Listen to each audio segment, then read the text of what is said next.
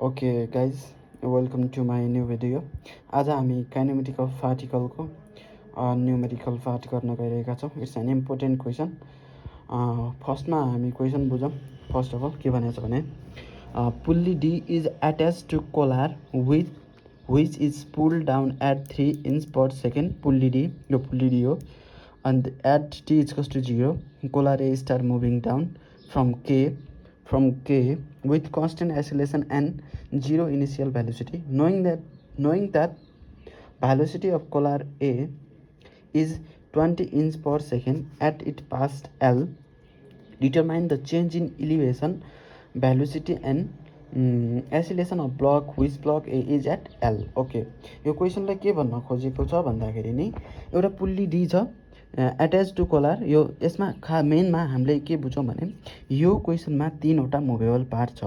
कुन movable part छ भन्दाखेरि नि एउटा कोलार ए, यो कोलार ए चाहिँ मुभ हुन्छ, तलमाथि हुन्छ, like that D pulley D, यो पुल्ली डी र अर्को चाहिँ कुन छ भन्दाखेरि नि ब्लक बी चाहिँ मुभ हुन्छ। अब यसमा के भनेको छ भने पहिला पोइन्ट ए छ, यो ए एट केमा छ र यो पोइन्ट के हुन्छ भन्दाखेरि नि ए कहाँ जान्छ त एल पोइन्टमा गएर यहाँ आउँछ र एदेखि एलसम्मको हाम्रो डिस्टेन्स भनेको 8 inch छ।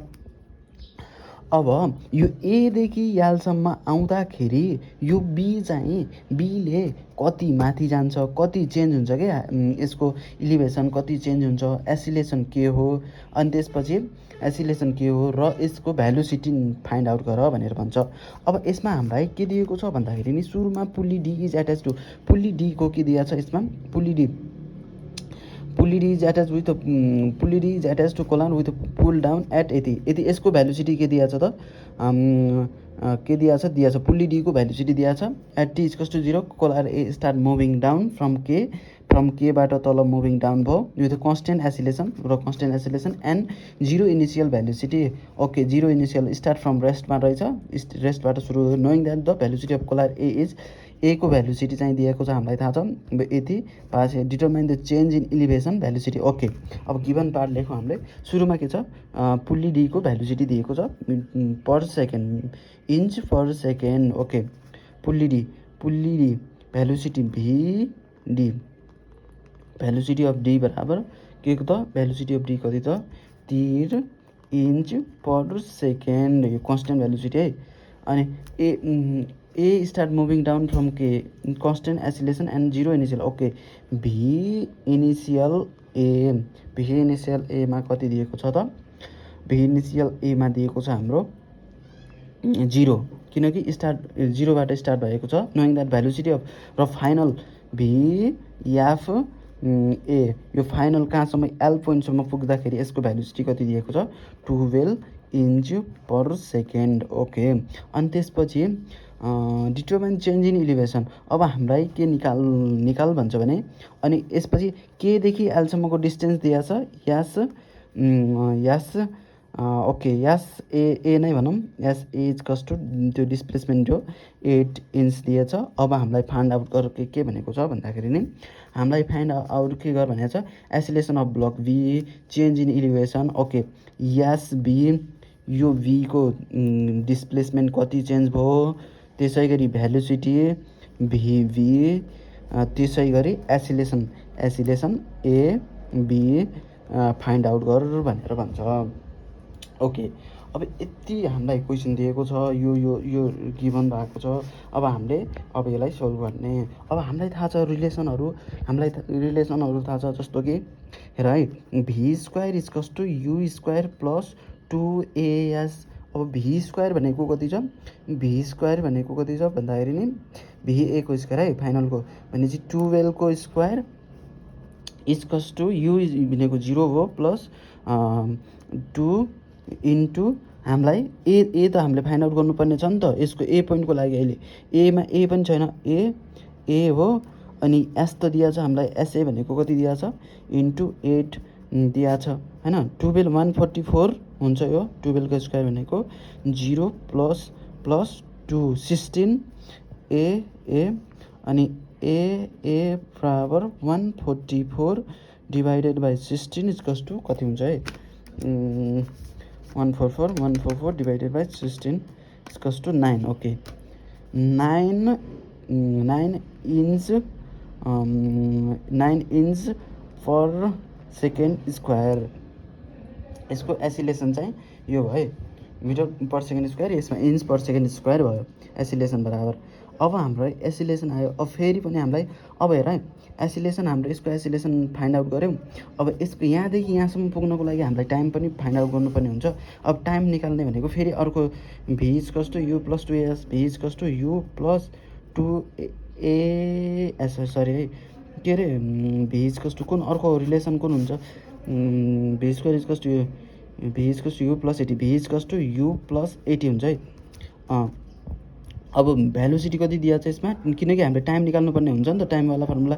अनि भ्यालुसिटी हाम्रो यसमा दिएको छ, भ्यालुसिटी हाम्रो 12 दिएको छ। 12 equals to u plus acceleration हामीले कति निकाल्यौँ त, 9 निकाल्यौँ इन्टु टी। यो भनेको यो 0 भइहाल्यो अनि 14 भी इक्वल्स टु भी 14 होइन 12 हो, V 12 divided by 9 equals to T. अब 12 डिभाइडेड बाई 9 भनेपछि 1.33। Okay, T equals to 1.33 second आयो है। यतिसम्म हामीले फाइन्ड आउट गऱ्यौँ। यसको यहाँदेखि यहाँसम्मको हामीले यो केदेखि यहाँसम्म पुग्दाखेरिको हामीले टाइम 1.33 फाइन्ड आउट गरिसक्यौँ।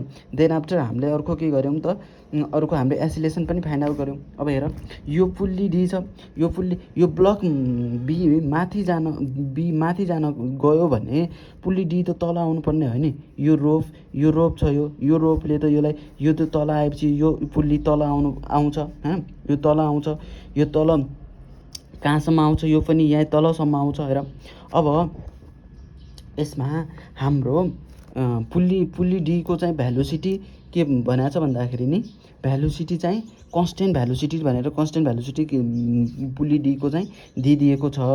अब यसमा हाम्रो यो पुल्ली डीले पनि कति डिस्टेन्स तल गयो त, यति टाइममा टी 1.33 सेकेन्डमा कति डिस्टेन्स तल गयो भनेर यसमा हाम्रो अब पुल्ली डीको पनि निकाल्नुपर्ने हुन्छ। हेर, यसमा हामीलाई पुल्ली भिडी इक्वल्स टु अनि डिस्टेन्स बाई टाइम हो कि नै। अब डिस्टेन्स हामीले निकाल्नुपर्ने छ नि त, यो डी कति तल डिस्टेन्स तल आयो भनेर निकाल्नुपर्ने हुन्छ। अब भेलोसिटी चाहिँ कति दिएको छ, 3 दिएको छ। टाइम हामीलाई कति सेकेन्डमा छ, 1.33 सेकेन्डमा छ। Equals to D so D एउटै हो है, सो डी। अनि यसमा कति हुन्छ त, 3.99 के त inch per second, sorry distance हो नि त, इन्च मात्र। इन्च इक्वल्स टु कति त एसटी। अब एसटी तल कति आएको रहेछ त, 3.99 तल आएको रहेछ। यो कति तल आएको रहेछ त, अब यो यहाँ यतातिर आएको रहेछ। अब हामीलाई के थाहा छ भन्दाखेरि नि, हेर है, यसपछिको मेन पोइन्ट बुझ्नुपर्ने पोइन्ट के हो भनेपछि, हेर है के छ, मतलब एउटा यो ब्लक बी माथि गयो हैन, कति माथि गयो, 4 इन्च माथि गयो मानौँ, सपोज मानौँ यो बी माथि 4 इन्च माथि गयो। अब यो 4 इन्च माथि गइसकेपछि यो डी, यो पुल्ली डी कति इन्च तल जाला त, कति इन्च तल जाँदा त खै भन त। यो हेर के बुझ भने, यो पुल्ली डी छ, यो पुल्ली डी चाहिँ दुईवटा रोपसँग एट्याच छ। एउटा रोप यो ई वाला रोपको, एउटा सी वाला, दुईवटा ई वाला पुल्लीको र सी वाला पुल्लीको। अब हेर, यो माथि कति त, यो माथि 4 ब्लक बी माथि 4 जान्छ भने यो डी पुल्ली डी चाहिँ यो तल 4 जान्छ, यो पनि तल 4 जान्छ किनकि एउटा त जान्न, यो तल दुइटै गएको छ नि त। यो पनि 4 इन्च तल जाने भयो, यो पनि 4 इन्च तल जाने भयो। यसलाई यसरी हामीसँग रिलेसन छ एउटा है। हामीले कस्तो रिलेसन छ भने, हेर यो एक्सए प्लस, अब मैले जुन भने नि यो एक्स तल पनि जान्छ माथि पनि जान्छ, सो 2xd प्लस अनि 2xd plus XB equals to constant CONSTANT constant हुन्छ। यो एउटा रिलेसन हो। अनि मैले जसरी भने नि त्यही अब हेर यो माथि पनि गयो यो यता पनि गयो एउटा रिलेसन यो भयो। अनि XA भनेको यो यहाँदेखि यहाँसम्म मात्र गएको छ नि त यो XA यो भयो यो फेरि माथि गएको छ यो भयो यो रिलेसन। अब हामीलाई XA भनेको कति छ थाहा छ हामीलाई डिस्टेन्स XA भनेको डिस्टेन्स हो।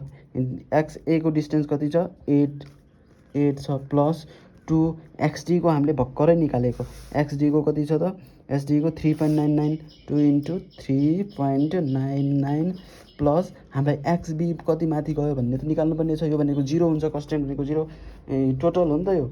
अनि हेर अनि 8 प्लस कति हुन्छ त 2 3.99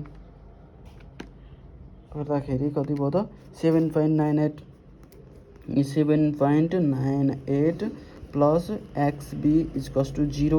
अब XB equals to 8 plus 7 plus 7 8 plus 7.98 रहेपछि 23.96 XB इक्वल्स टु 23.96 के त इन्च भयो। यो 23.96 माथि गएको रहेछ 7.99 खै 99 23.96 माथि गएको रहेछ। 23 कसरी हुन्छ 8 प्लस 9 7.98 15.98 ओके 16 नै भनौँ न। यो जोड्दाखेरि चाहिँ कति त माइनस ओके 15.98 इन्च माथि गयो इन्च है माथि गयो। अनि XB इक्वल्स टु अब माइनस भन्नुको मतलब माथि गयो भन्नु खोजेको के 15.98 IN इन्च यो अपवार्ड को त यो ब्लक बी को एउटा चाहिँ आइसक्यो हाम्रो इलिभेसन भन्ने चाहिँ आइसक्यो। Therefore ELEVATIN elevation of XB equals to 15.98 inch upward. अब त्यसै गरी यो इक्वेसन आई मानौँ है। अब यसपछि हाम्रो के निकाल्न भनेको छ भेलोसिटी निकाल्न भनेको छ। यदि हामीले differentiating equation I with respect to टाइमले गऱ्यो भने dx/dt भनेको के हुन्छ dxa/dt plus 2dxd/dt plus dxb/dt equals to D constant त 0 भइहाल्यो। यो velocity of A plus velocity of D plus velocity of B equals to 0। अब हेर भेलोसिटी अफ ए को भेलोसिटी त हामीलाई दिएको छ कति दिएको छ त 12 दिएको छ 12 इन्च दिएको छ 12 इन्च पर सेकेन्ड दिएको छ प्लस 2 भेलोसिटी अफ डी को पनि दिएको छ हामीलाई कति दिएको छ त भेलोसिटी अफ डी को हाम्रो कन्स्टेन्ट भेलोसिटी भनेको 3 दिएको छ प्लस भेलोसिटी अफ बी त निकाल्नु पर्ने छ। अब 12 plus 6 plus 6 plus velocity of B equals to 0 velocity of B equals to -18 inch per second. यो भनेको मतलब VB भनेको 18 इन्च पर सेकेन्ड। यो पनि माथि अपवार्डतिर गयो नि त यो ब्लक बी चाहिँ माथि गइरहेछ भन्नुको मतलब यो माथितिर नेगेटिभ हुन्छ तलतिर हामीले पोजिटिभ मानेको छौँ। अब चाहिँ अब एट द लास्ट अब फेरि इक्वेसन हामीले कुनलाई इक्वेसन आईलाई डबलचोटि डेरिभेटिभ गऱ्यो भने जस्तो इक्वेसन यो छ इक्वेसन यो इक्वेसनलाई हामीले भेलोसिटीलाई फेरि डेरिभेटिभ गऱ्यो भने ल हेर यसलाई इक्वेसन आई मानौँ। Equation I differentiating with respect to टीले डिफरेन्टिङ गऱ्यो भने ए आउँछ प्लस 2AD आउँछ प्लस AB आउँछ इक्वल्स टु 0। अब हेर है ए अब यसमा ए भनेको के छ त एसिलेसन अफ एक पोइन्टको हामीले एसिलेसन सुरुमै निकालेको थियौँ। यहाँ हेर 9 छ 9 प्लस 2 AD अब यसमा हेर एसिलेसन किनकि यो कन्स्टेन्ट भेलोसिटीले जाँदैछ भनेर पुल्ली डी चाहिँ कन्स्टेन्ट भेलोसिटीले जाँदैछ भनेर भन्छ। यदि कन्स्टेन्ट भेलोसिटीले जान्छ भने त्यसमा चाहिँ एसिलेसन के हुन्छ 0 त्यसमा टाइम अनुसार चेन्जै भएको छैन सो यो 0 भयो प्लस AB इक्वल्स टु 0। अब हेर AB equals to -9, therefore AB equals to 9 inch per second square. यो अपवार्ड भयो। अब देयरफोर हाम्रो के आयो त? देयरफोर एसबी इक्वल्स टु कति आयो त हाम्रो? एसबी हाम्रो कति आयो? 15.98 इंच अपवार्ड। अनि त्यसपछि भिबी हाम्रो 18 इंच पर सेकेन्ड अपवार्ड र एबी हाम्रो कति आयो त? 9 inch per second square upward. This is our final answer. Look at this.